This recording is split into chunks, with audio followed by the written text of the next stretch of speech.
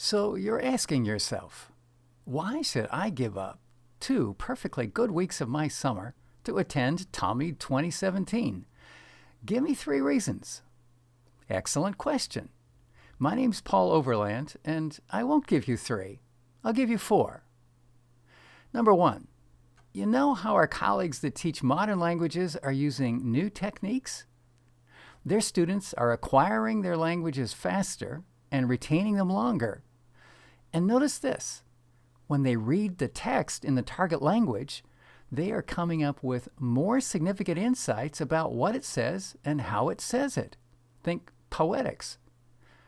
So here's my reason number 1. At Talmud 2017, you will learn to harvest the advantages of modern language pedagogy and apply them to your current Hebrew curriculum. Okay, so you're thinking to yourself, modern language pedagogy, eh? But those are spoken languages. Classical Hebrew isn't spoken? How can this work? Excellent point.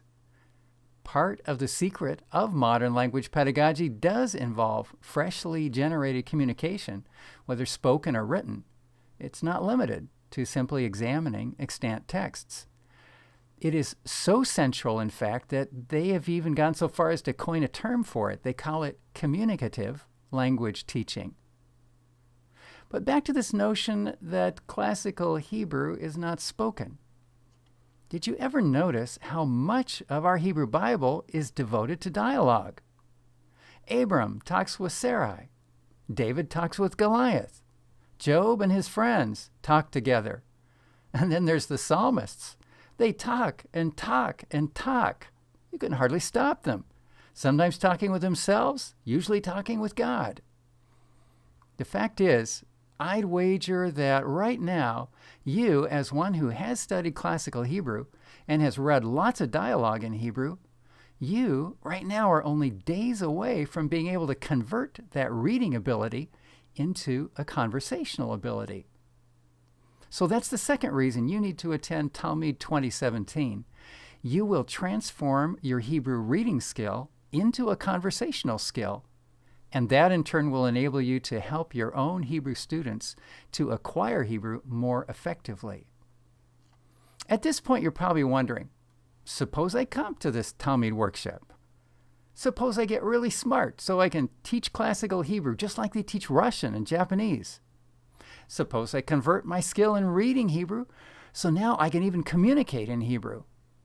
What do you expect me to do with all my existing materials?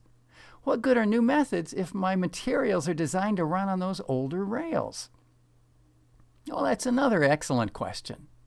Okay, I made up the questions. But seriously, this is important.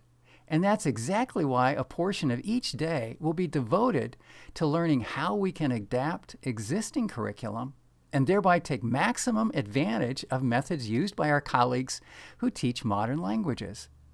We will help you find practical ways to employ communicative methods within your existing curriculum.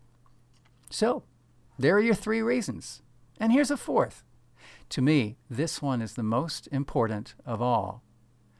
How do the students respond to a communicative approach? That may work for Italian, but has anyone checked to see if it really works for classical Hebrew? In fact, the answer is yes. Field results over the past 8 years and more are coming back with a consistent message. The students are loving it. They don't know any better than to pick up the language and start talking it out in the hallway. They are internalizing the language, which can't help but pay dividends when they're reading a text. One study goes so far as to say that 95% of our students will find this way of learning works a whole lot better for them. Are there any drawbacks? I'll have to admit that we have heard of one. However, it only applies if your institution offers more than one non-spoken language. Perhaps your school also offers Aramaic, Mishnaic Hebrew, Akkadian, Middle Egyptian, Greek. Here's what we heard happened at one such school. The students were so captivated by the new approach used in their Hebrew course that they turned to their faculty and asked, "Why isn't Greek being taught this way too?" So you see, if you start teaching with a communicative approach, you might get in a little hot water with your colleagues if the students start putting pressure on them to up their game a little bit. But I think we can handle that. So, I've got a question for you. What's stopping you? Register already. We're going to have a great time together.